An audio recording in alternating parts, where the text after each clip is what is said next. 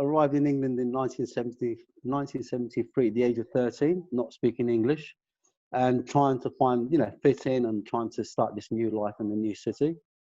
I left school at the age of 15, no qualifications, and I tried some odd jobs like working in Woolworths, in the timber yard, as a gardener, and I realised it just wasn't something fitting in with my spirit. So I became unemployed for about 7 years, 6, 7 years. And during this time, I was doing many things with friends, from roller skating, from, lots of my friends are musicians or photographers, artists.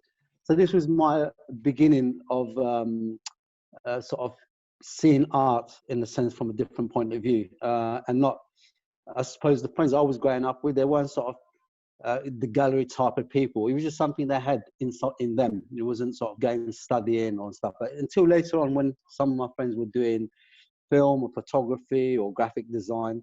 But I suppose I grew up more of that kind of hip hop era, in a sense, in London, where it was about sampling and recreating something from new.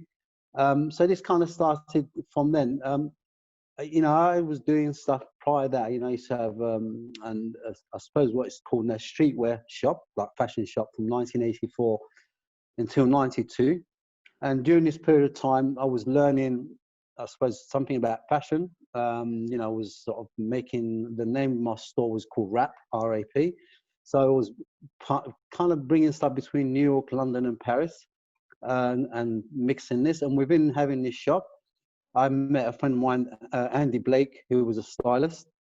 So I became his assistant on some catwalk shows and some magazine shoots while running the shop. And within the shop, I had a record store selling to DJs downstairs. And then I had another friend of mine, Zach Ove, who's a quite known artist now, doing his art thing. But his beginning, he was a photographer.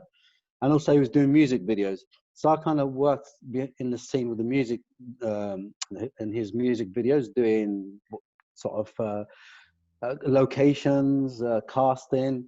And within this, in the evening, I was doing lots of parties. I was known to do parties in London for maybe 7, 9 years. So that was my sort of, let's say, my university, learning all these different things. And it was kind of natural because it was around me. It wasn't something that I was looking for. And I found myself, I was within some incredible people from fashion, art, music. And my shop, my store, became like a hub of a meeting place for lots of artists, friends. And within this, I created a couple of shows in the shop. And so this was really a time of trying to survive, trying to figure out what I wanted, but I didn't really, I just had the love of photography. So I bought a camera, an old Pentax from Zach in 1988, I think. He showed me how to use it and a couple of friends, and then I would go and shoot for myself, because it wasn't, I always thought to do something like this, you have to study, you have to, understand techniques, history, and also get prepared for the art world in the sense of, what had to survive. So I came from, I suppose, from the back door. And this was really took time to get to the point before I showed any work. I was probably shooting for maybe like 10 years before I ever did my first show.